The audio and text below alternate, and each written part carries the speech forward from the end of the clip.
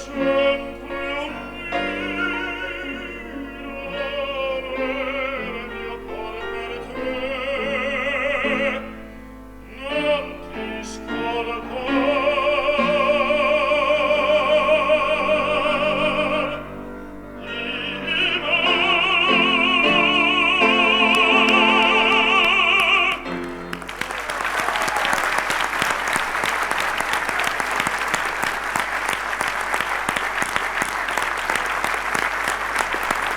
dois remercier ce docteur-là. Si ce soir, je peux aller chanter la première à l'Opéra de Monte-Carlo, parce que j'étais vraiment fini. Un immense merci. Je reviendrai à la fin de l'opéra. Ah, parfait.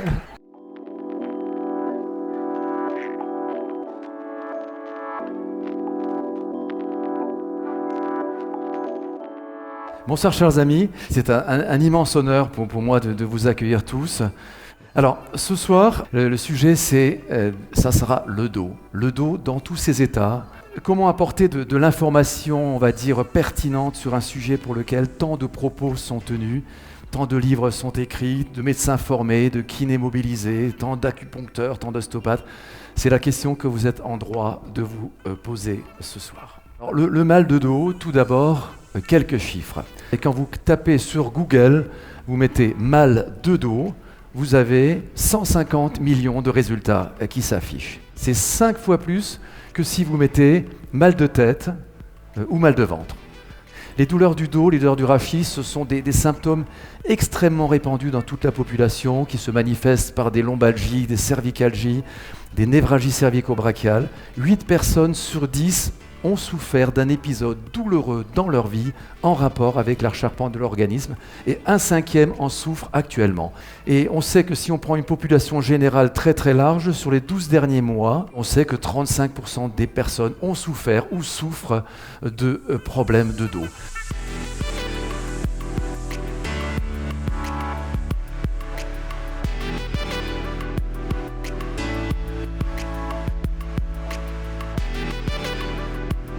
La radiologie interventionnelle est arrivée et a apporté de nouvelles perspectives de traitement médical efficaces s'ils sont réalisés dans des conditions bien particulières. Et je voudrais rendre hommage au docteur Mourou ici présent, le docteur Mourou qui a eu cette idée, qui m'a laissé faire et il surveillait un peu, m'a dit mais vas-y si tu penses que, etc. On a traité le premier cancer du sein dans le monde par radiofréquence. C'était le 15 septembre 1999 et c'est vraiment une très très belle histoire. Ça a fait le tour du monde, les images ont fait le tour du monde.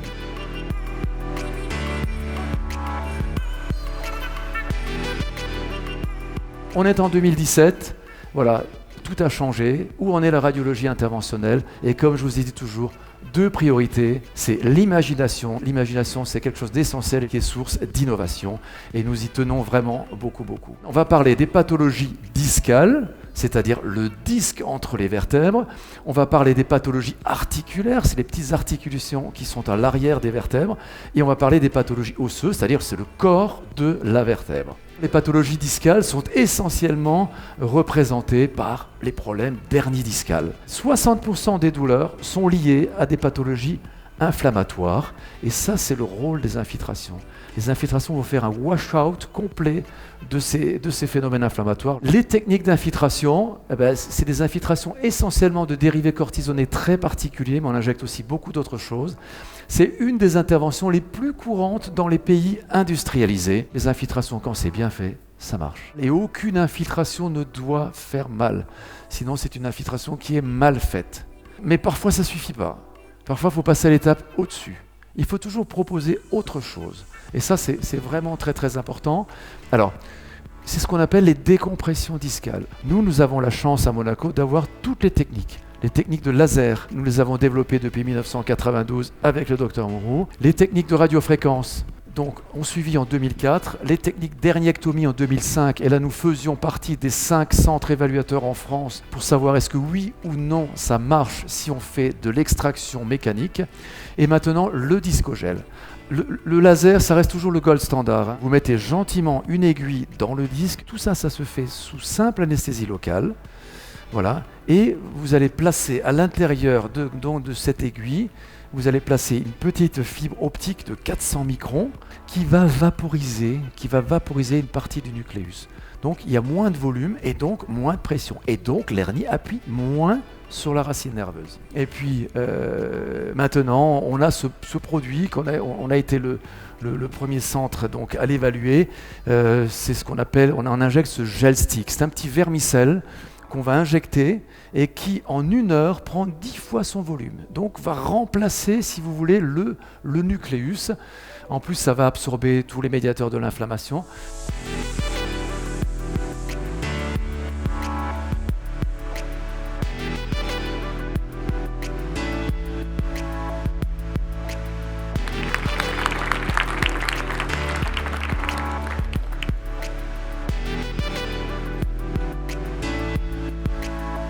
Monseigneur, un immense merci d'avoir trouvé un tout petit instant, mais je sais pas comment vous avez fait, mais c'est énorme, voilà. Et on est tous très très heureux. Quand ces infiltrations sont bien, mais sont insuffisantes dans le temps, on peut dévitaliser ces articulations.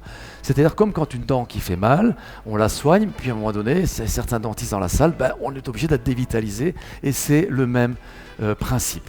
Donc ça marche très bien, on en fait beaucoup parce qu'on avait l'exclusivité de cette technique pendant très longtemps. S'il fallait ne dire qu'une seule chose sur les pathologies du dos, et ça a complètement changé, il faut bouger. Un dos trop peu sollicité est un dos qui se rouille. Donc le mouvement, ça j'insiste dessus, est le premier moteur de notre santé physique, mais également psychique.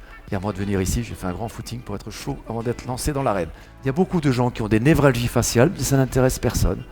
On dit vous avez des algies vasculaires, vous avez des névralgies faciales, vous avez des névralgies du trijumeau, on fait rien. C'est une grande spécialité CHPG, c'est les infiltrations crânio-faciales, parce que nous avons été primés il y a 2 ans sur ça par la Société française de radio. Vous savez, j'ai beaucoup écrit sur les infiltrations, beaucoup depuis des années, mais j'ai vu que j'écris pas la même chose que j'ai écrivé il y a 5 ans, 10 ans. Donc on est en perpétuelle, toujours évolution. Comme je vous ai dit, l'imagination est toujours là, l'imagination est essentielle parce que ça apporte l'innovation.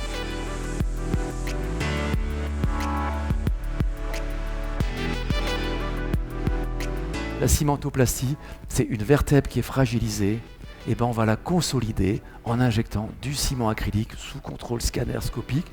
Alors c'est très simple, anesthésie locale, sédation, ça dure 10-15 minutes. On en fait plus de 300 par an au CHPG. On va passer aux fractures traumatiques, parce que là, ça concerne quelqu'un que j'aime beaucoup.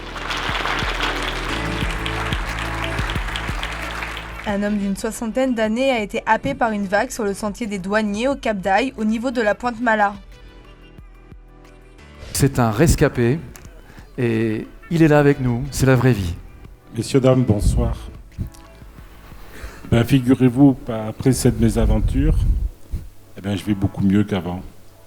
Parce que j'avais un métier qui mettait mon dos à contribution et j'avais toujours mal au dos. Et grâce à cet incident, ou à cet accident plutôt, et grâce au docteur Brunner, j'ai 25 ans. Dans le dos, du moins. Donc vous voyez tout ça, les cimentoplasties, ça c'est suivi de ce qu'on appelle les augmentations vertébrales, les kyphoplasties ou les stentoplasties ou les crics. C'est des techniques super, vous voyez, ça marche vraiment très très bien. Michel a dit, la vertébroplastie, plus ou moins les stents, les crics, a prouvé sa supériorité par rapport à tous les autres traitements. Les résultats, c'est immédiat. C'est 5 minutes, c'est le temps de la polymérisation du ciment. Vous mettez polymère, monomère, 5 minutes ensemble, réaction exothermique, c'est dur, c'est du béton. Donc c'est le syndrome de Lazare, c'est lève-toi et marche. Maintenant, nous avons un rôle essentiel à jouer dans la prise en charge des tumeurs. Et puis ça c'est CHPG. Ça c'est encore une fois grâce au GEMLU, comme tout à l'heure. C'est grâce au GEMLU qui nous a donné cet outil thérapeutique exceptionnel. Nous sommes les seuls à l'avoir sur la Côte d'Azur. C'est-à-dire, on va congeler les tumeurs. Ça, c'est extraordinaire. Donc, on va mettre en place ce qu'on appelle des cryosondes et on va injecter donc de l'argon qui passe de 300 bars à 1 bar. Et cette dépressurisation va entraîner un froid, un glaçon contrôlé. On le voit très très bien. Là, en bout de sonde, c'est du moins 185 degrés. Alors, il faut savoir qu'une cellule à moins 40 degrés, il n'y a plus personne. Hein, voilà. Bon, je voudrais juste vous parler de 2 choses qui me tiennent beaucoup à cœur. Ces 2 belles expériences qui nous ont valu au CHPG le premier prix de radiologie interventionnelle Ça, c'était l'année dernière, et l'autre après, ça, c'était en 2014. Je vais juste vous montrer ça. C'est le zona. Vous avez beaucoup vu ça peut-être dans les journaux. Alors, qu'est-ce que c'est ? Le zona, varicelle et zona, c'est la même chose. Il y a des dermatologues, notamment mon épouse dans la salle. La varicelle, c'est la primo-infection. Donc, 95% des gens ont fait la varicelle. Et puis, le zona, c'est la récidive. C'est la récurrence de la varicelle, mais qui se passe des années, voire des décennies après. Et ces gens, ils courent partout. Ils vont voir l'ophtalmo, ils vont voir le neurologue, ils vont voir l'algologue, ils vont voir le généraliste. On n'a pas de solution extraordinaire à leur proposer. Et on leur propose cette technique. Et là, maintenant, on a des gens qui viennent de partout, de toute la France, pour se faire traiter ici. Parce qu'on est les seuls à faire ça. On a gagné le premier prix l'année dernière, en 2016, à Paris, et on n'en est pas peu fiers. J'aime beaucoup cette phrase qui n'est pas de moi, qui est d'une journaliste de Nice Matin qui a dit « Ces infiltrations apportent un nouvel espoir pour tous ceux qui ne se sont jamais totalement relevés de leur rencontre douloureuse avec le zona. » Et ça résume très très bien ça. Au final, qui est infiltré ? C'est ça le problème, parce que les gens ne savent pas, ou quand ils savent, ils viennent tout de suite. Et nous traitons souvent, trop souvent des patients à une phase à 3-4 mois après, quand les douleurs sont vraiment installées. Si vous m'envoyez un zona, qui est un zona depuis hier, avant-hier, depuis le week-end dernier, on fait une injection, le zona, il est terminé. Et ça, c'est vraiment, ça change la vie de tous ces patients. Ça, c'est vraiment absolument essentiel.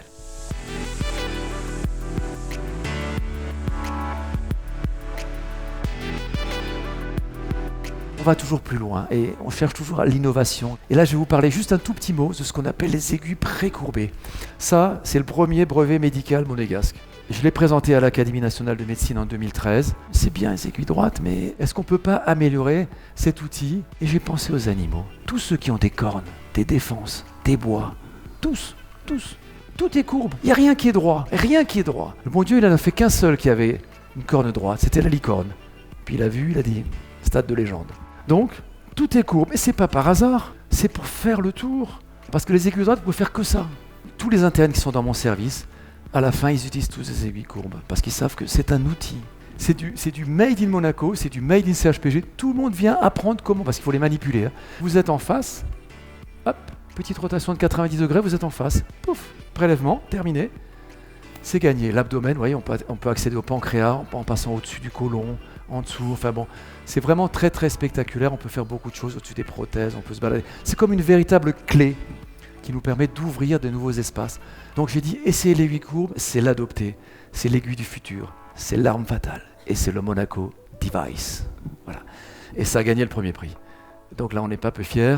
Juste vous dire un tout petit mot sur la radiologie interventionnelle. C'est une spécialité émergente. Les limites ne sont pas connues. Voilà, c'est une activité pseudo-chirurgicale avec les mêmes contraintes d'environnement, de stérilité, etc. Il faut des techniciens spécifiques, des radiologues pointus. Nous, on est parti de zéro quand je suis arrivé en 1992. Là, on a fait 5200 interventions l'année dernière, c'est le record de France. Donc 3200 sous scanner. On travaille beaucoup avec les CHU, notamment Nice, parce qu'on est tout près, Strasbourg, parce que c'est une longue histoire. On forme des internes de toute la France. On applique tous les tarifs conventionnels pour tous les assurés des caisses sociales monégasques et France, sans aucun dépassement. J'insiste là-dessus. Quel est le futur ? Le futur, d'abord, on aura un nouvel hôpital magnifique, avec des nouvelles technologies hybrides. On aura le prochain objectif, c'est ce qu'on appelle le scanner avec une salle de vasculaire, ça sera génial. Bientôt, on utilisera l'IRM interventionnel pour notamment traiter les tumeurs prostatiques. Et puis on parle des cellules souches. Je pense à Fabienne Moreau, là, qui a Cordon de Vie, une magnifique association qui va probablement nous aider dans un projet qui va sortir dans quelques jours. Mais comme je vous ai dit toujours, l'imagination est plus importante que la connaissance. Je voulais saluer ceux qui m'ont toujours guidé. Je voulais saluer Jean-Jo Pastor, René Novella, qui sont des hommes d'exception, qui sont les piliers de Monaco aussi. Voilà, je veux saluer tous mes héros là-dedans. Il y a des grands champions, il y a la femme la plus rapide du monde, il y a le plus grand décaltonien, William Motti, il y a beaucoup de monde pour la Radcliffe. Voilà, je vous aime tous, vous êtes tous mes héros, mais cette année, mon héros, elle est là. Je vous le dis parce que j'en ai des frissons encore. Monseigneur, vous avez derrière vous une fille exceptionnelle qui est mon héros, qui est un anti-héros. Cette jeune femme de 31 ans qui s'appelle Magali Coton. Vous voulez pas, je sais, mais s'il vous plaît, Magali Coton, c'est la fille qui a neutralisé le fou de la promenade des Anglais. C'est elle. Magali, vraiment, vous avez eu un courage exceptionnel. Même si c'est dans vos fonctions, comme vous le dites tout d'abord, j'ai fait ce que je devais faire. Mais faire ça Ce que vous avez fait, c'est exceptionnel. Alors un immense merci Magali, et c'est vous notre héros ce soir. Voilà, Nice vous remercie, le monde entier vous remercie, Monaco vous remercie. Merci Magali.